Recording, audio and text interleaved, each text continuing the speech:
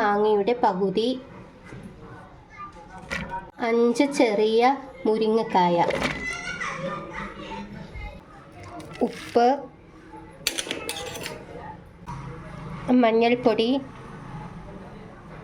എരിയില്ലാത്ത 5 പച്ചമുളക്, ഇതിന് വെള്ളം ഒഴിച്ച് വേവിച്ചെടുക്കുക.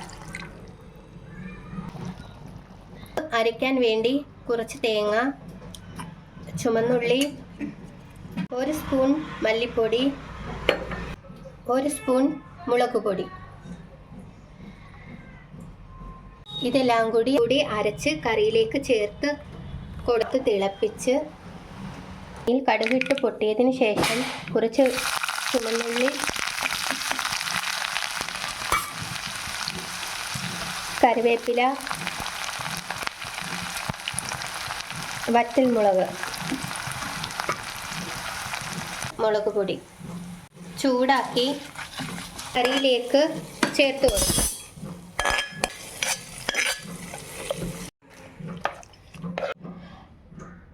ചക്കക്കുരു മാങ്ങ മുരിങ്ങക്കായ കറി റെഡിയായി.